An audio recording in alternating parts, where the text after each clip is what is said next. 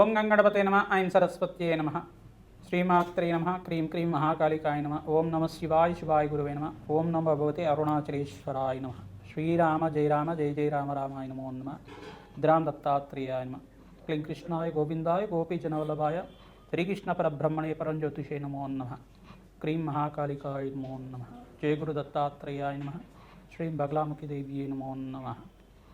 YouTube ప్రేక్షకులకందరికీ కూడా నమస్కారం అండి.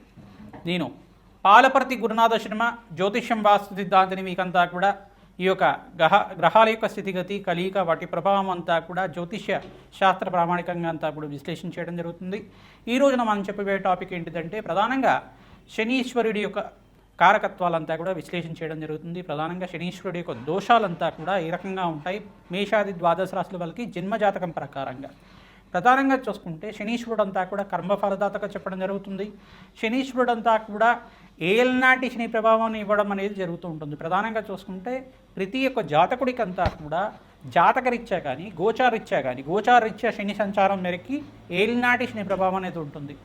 అంటే ప్రధానంగా చూసుకుంటే వ్యయ స్థానంలో శని సంచారం అయినప్పుడు గోచారరీత్యా వ్యయ స్థానం అంటే తమ రాశి నుంచి వెనకాల రాశి దాన్ని లెక్కగా చేసుకోవాల్సి ఉంటుంది. మీ రాశి నుంచి ఉన్న వెనకాల రాశిని అంతా కూడా వ్యయస్థానం అంటారు. జన్మస్థానం అంటారు. మళ్ళీ మీ రాశి ఉన్న స్థానంలో జన్మస్థానం అని చెప్పేసి అంటారు. మరి ధనస్థానం అని చెప్పేసి అంటే కుటుంబ స్థానము, ధనస్థానం అని చెప్పేసి అంటే కనుక మీ రాశి కన్నా ముందు ఉండే స్థానం అంతా కూడా ద్వితీయ స్థానము, ధనస్థానం అని చెప్పేసి అంటారు. ఈ మూడు స్థానాల్లో కనుక గోచారరీత్యా శనీశ్వర సంచారం అంతా కూడా జరిగినప్పుడు మీకంతా కూడా ఏలినాటి శని ప్రభావం అనేది జరగడం జరుగుతుంది. తద్వారా మీకంతా కూడా గోచారీత్య ఫలితాలంతా కూడా చెప్పడం జరుగుతుంది. ప్రధానంగా ఈ ఫలితాలంతా కూడా చూసుకుంటే జన్మజాతకం ప్రకారంగా ఉంటాయి కావున మీరు విశ్లేషణ చేసుకొని జాతకరీత్యా ఈ యొక్క జ్యోతిష్ సిద్ధాంతాలతో మీరంతా కూడా పరిహారం అంతా కూడా ఆచరించడం వల్ల శుభ ఫలితాలు పొందడానికి ఆస్కారం ఉంటుంది.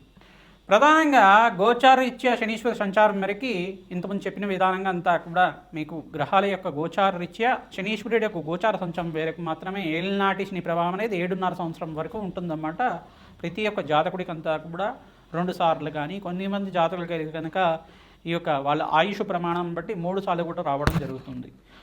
ప్రధానంగా చూసుకుంటే జాతకమే ప్రధానమైన జాతకంగా ఉంటుంది. జన్మజాతకం పుట్టిన సమయాన్ని బట్టి పుట్టిన లగ్నాన్ని బట్టి జాతకం అనేది ఆధారపడి ఉంటుంది. గోచారరీత్యా అంతా కూడా శనీశ్వర సంచారం అంతా కూడా చూసుకుంటే ప్రస్తుతానికంతా కూడా ఈ యొక్క మీనరాశిలో శనీశ్వర సంచారం అంతా కూడా జరుగుతుంది.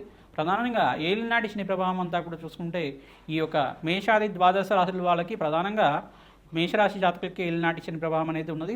అంటే ప్రథమ దశలో ఉగాది నుంచి ప్రారంభమైంది. ఈ యొక్క ప్రథమ దశలో ఇప్పుడే ప్రారంభమైంది కాబట్టి వాళ్ళకి ఏలినాటి శని ప్రభావం 7.5 సంవత్సరాల వరకు ఉంటుంది. మళ్ళీ ఇక్కడ చూసుకుంటే శనీశ్వరుడు అంతా కూడా మీనరాశి వాళ్ళకంతా కూడా 2వ స్థానంలో ప్రధానంగా చూసుకుంటే వాళ్ళకి మేషరాశిలో అంటే మేషరాశి నుంచి వాళ్ళకంతా కూడా చూసుకుంటే వ్యయస్థానం అవుతుంది. శనీశ్వరుడు అంతా కూడా మీనరాశి ఈ యొక్క ప్రథమ దశలో అంతా కూడా మేషరాశి వాళ్ళు ఉంటారు. మీనరాశి వాళ్ళు చూసుకుంటే జన్మస్థ శని దోషం అని చెప్పేసి అంటారు. దీన్నంతా కూడా 2వ దశలో మీనరాశి వాళ్ళు ఉంటారు. తద్వారా మీకంతా కూడా చూసుకుంటే ఏలినాటి శని ప్రభావం అంతా కూడా కొంచెం ప్రబలంగా ఉండడానికి ఆస్కారం ఉంటుంది.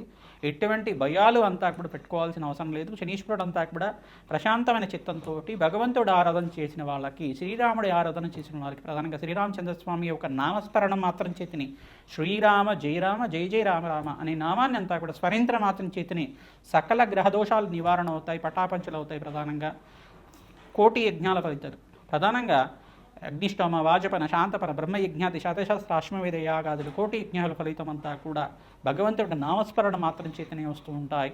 మీరు ప్రధానంగా చూసుకుంటే మనోవాంఛలంతా కూడా తీరాలి. ప్రధానంగా ధార్మికమైన జీవితం జీవిస్తూ ప్రతినిత్యం కూడా భగవంతుడు ఆరాధన చేస్తే శనీశ్వర దోషం అంతా కూడా ఎటువంటి ప్రభావం లేకుండా ఉంటుంది.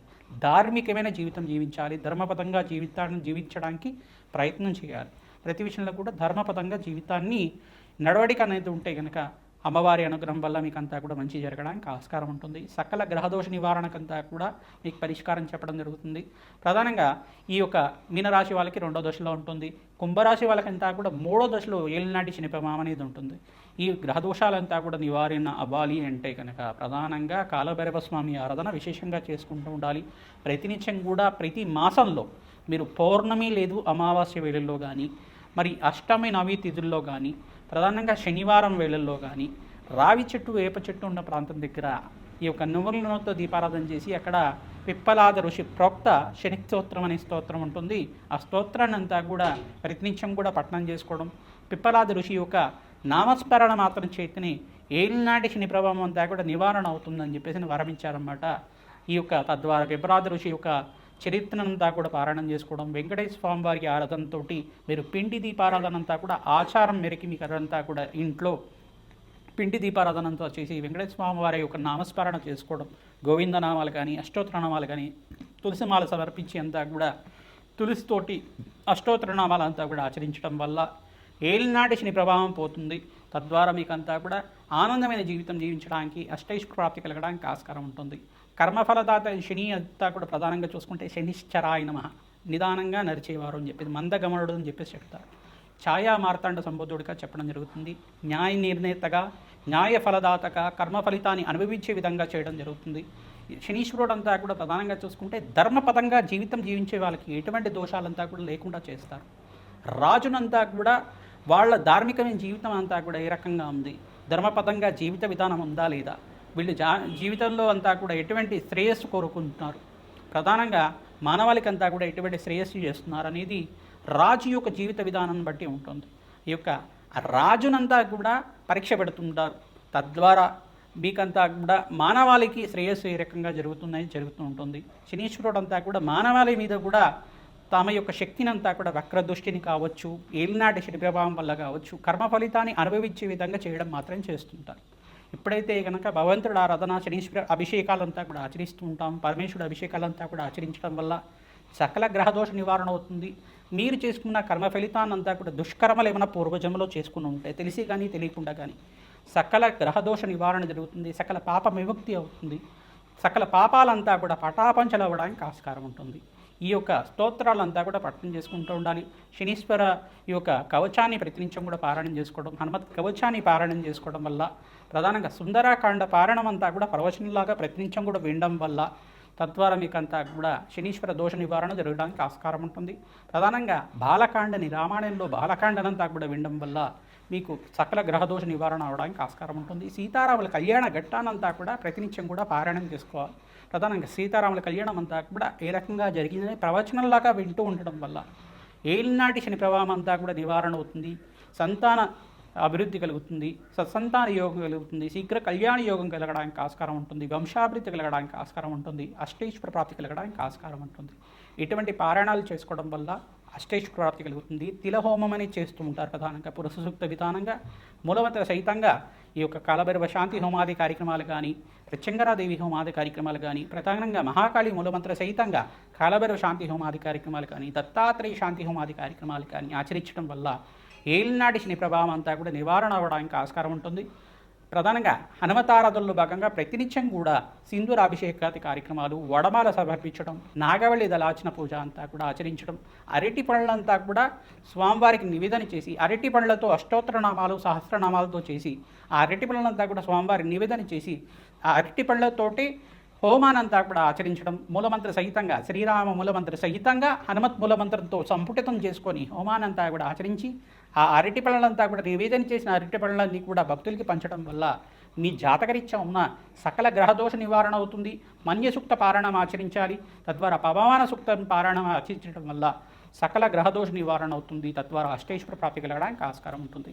శ్రీరామ జయ రామ జయ జయ రామ రామ నామాన్ని ప్రతినిత్యం కూడా నామాన్ని స్మరణం చేయండి.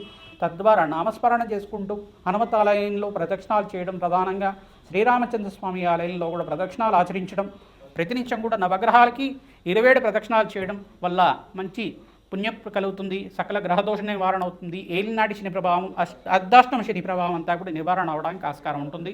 ప్రధానంగా ధనుస్సు రాశి జాతకులకంతా కూడా చూసుకుంటే దృష్టి అనేది పడింది. ప్రధానంగా దశమ దృష్టి అంతా కూడా ధనుసు రాశి జాతకులకంతా కూడా పడింది. సప్తమ దృష్టి అంతా కూడా కన్యారాశి వాళ్ళకంతా కూడా పడింది. ఈ గ్రహదోషాల నివారణ అంతా కూడా కలగడానికి మీకు అంతా కూడా గ్రహదేవతల అనుగ్రహం కావాలి. ప్రధానంగా శనీశ్వరుడంతా కూడా మీకు అనుగ్రహించడానికి ప్రతినిత్యం కూడా శనీశ్వరుడికంతా కూడా ప్రీతికరంగా శనీశ్వరుడికి ఈ యొక్క తైలాభిషేకము, తిలదానం చేయించుకోవడం వల్ల శుభమైన ఫలితాలు పొందడానికి ఆస్కారం ఉంటుంది. తద్వారా మీకు కర్మ ఫలితాన్ని నుంచి బయటపడి అదృష్ట యోగం కలిసి రావడానికి శనీశ్వరుడు అనుగ్రహం ఆశీర్వాదం వల్ల మంచి ఫలితాలు పొందడానికి ఆస్కారం ఉంటుంది. వృషభ రాశి జాతకులకి జాతకాన్ని తెలిసి ఉంటే కనుక లగ్నాన్ని చూసుకోండి, లేదు వృషభ లగ్నం అయితే వృషభ లగ్నాన్ని చూసుకోండి, రాశి తెలిసి ఉంటే కనుక రాశి చూసుకోండి. జాతక ఇచ్చే శనీశ్వరుడు దోషకారిగా ఉన్నారా లేదా, ప్రధానంగా మీరంతా కూడా జాతకాన్ని విశ్లేషణ చేయించుకొని జ్యోతిష పండితులతోటి నిర్ధారణ చేసుకొని దాని పరిష్కారం ఆచరిస్తూ ఉండాలి. ప్రతినిత్యం కూడా నడకతోటి అంటే ప్రదక్షిణాలంతా కూడా ఆచరించడం వల్ల శనీశ్వరుడు అంతా కూడా ఎవరైతే ప్రతినిత్యం కూడా దేవాలయంలో ప్రదక్షిణాలు చేస్తూ ఉంటారో వాళ్ళకంతా కూడా ఆశీర్వాదం ఇస్తూ ఉంటారు. కావున తద్వారా మీకు ప్రతినిత్యం కూడా 27 ప్రదక్షిణాలు కానీ, 48 ప్రదక్షిణాలు కానీ, 54 ప్రదక్షిణలు కానీ, రావి చెట్టు వేప చెట్టు ఉన్న ప్రాంతాల్లో కానీ, శనివారం రోజున శని హోరలో అంతా కూడా నలనోములు దానం చేయడం కానీ, ఇటువంటి పరిష్కారాలు ఆచరించడం వల్ల మీ జాతక ఇచ్చి ఉన్న జన్మజాతకంలో శనీశ్వరుడు అంతా కూడా దోషకారిగా ఉండి పాపగ్రహాలతో పాటు సంయోగంలో ఉంటే కనుక సకల గ్రహదోష నివారణ అవ్వడానికి ఆస్కారం ఉంటుంది. ప్రధానంగా చూసుకుంటే శనీశ్వరుడు రాశ్యాదికి మిత్రగ్రహం కావున ఈ యొక్క శనీశ్వర ప్రీతికరంగా మీకు అంతా కూడా ఉన్నతమైన స్థితి కలగాలి, రాజయోగము అష్టైశ్వరాప్తి కలగాలి అంటే కనుక ప్రధానంగా జాతకరీత్యా వృషభ లగ్న జాతకులంతా కూడా నీలం రాయిని అంతా కూడా మధ్యవేలికి ధరించడం వల్ల వృషభ లగ్న జాతకులంతా కూడా అత్యంత యోగకరంగా ఉండాలి. లగ్నాన్ని బట్టి రత్నధారణ చేయాల్సి ఉంటుంది. తద్వారా మీకంతా కూడా మంచి ఫలితాలు పొందుతూ ఉంటారు. ఎవరి జాతకరీత్యా అయితే కనుక శనీశ్వర దోషం అంతా ఉందో వాళ్ళకి ప్రీతికరంగా మీరంతా కూడా శనీశ్వరికి తైలాభిషేకం ఆచరించడం, హనుమత్ మూలమంత్ర సహితంగా ఈ యొక్క శ్రీ సూక్త పారాయణం అంతా కూడా ఆచరించడం వల్ల శుభ ఫలితాలు పొందడానికి ఆస్కారం ఉంటుంది. ప్రతినిత్యం కూడా దత్తాత్రేయ నామస్మరణను ఆచరిస్తూ ఉండాలి. తద్వారా మంచి ఫలితాలు పొందుతూ ఉంటారు. జాతకరీత్యా ఉన్న గ్రహదోషానికి పరిష్కారం ఆచరించడం వల్ల చండీ హోమాది కార్యక్రమాలు, బగలాముఖి శాంతి హోమాది కార్యక్రమాలు, ప్రత్యంగ్ర మూలమంత్ర సహితంగా జపము హోమాది కార్యక్రమాలు ఆచరించడం వల్ల సకల గ్రహదోష నివారణ అవుతూ ఉంటుంది. కాలభైరవ శాంతి హోమాది కార్యక్రమాలు ఆచరిస్తూ ఉండాలి. కాలభైరవ స్వామి దేవాలయంలో కూష్మాడ దీపాన్ని వెలిగిస్తూ ఉండడం, నువ్వుల నూనెతోటి ప్రధానంగా ఉప్పు దీపం అంతా కూడా పెడుతుంటారు. కాలభైరవ స్వామి దేవాలయంలో రావి చెట్టు వేప చెట్టు ఉన్న ప్రాంతాల్లో కూడా ఈ కూష్మాండ దీపాన్ని వెలిగించడం, మహాకాళి దేవాలయంలో కూడా కూష్మాండ దీపాన్ని వెలిగించడం, నిమ్మకాయ మాలలంతా కూడా అమ్మవారికి నివేదన చేస్తూ ఉండడం వల్ల మంచి ఫలితాలు పొందడానికి ఆస్కారం ఉంటుంది. ప్రధానంగా చూసుకుంటే హనుమతే శ్రీరామదూతాయ నమః నామాన్ని జపాన్ని చేసుకోవడం వల్ల ఏలినాటి శని ప్రభావం కానీ, గ్రహదోషాలు కానీ, ఎటువంటి దోషాలు ఉన్నా కానీ నివారణ అవ్వడానికి ఆస్కారం ఉంటుంది. ప్రధానంగా వృషభ రాశి జాతకులకి మహాలక్ష్మీదేవి ఆరాధన విశేషంగా యోగిస్తుంది. లక్ష్మీ నరసింహస్వామి దేవాలయం అంతా కూడా దర్శనం చేసుకోవడం వల్ల శనీశ్వర గ్రహదోష నివారణ అవ్వడానికి ఆస్కారం ఉంటుంది.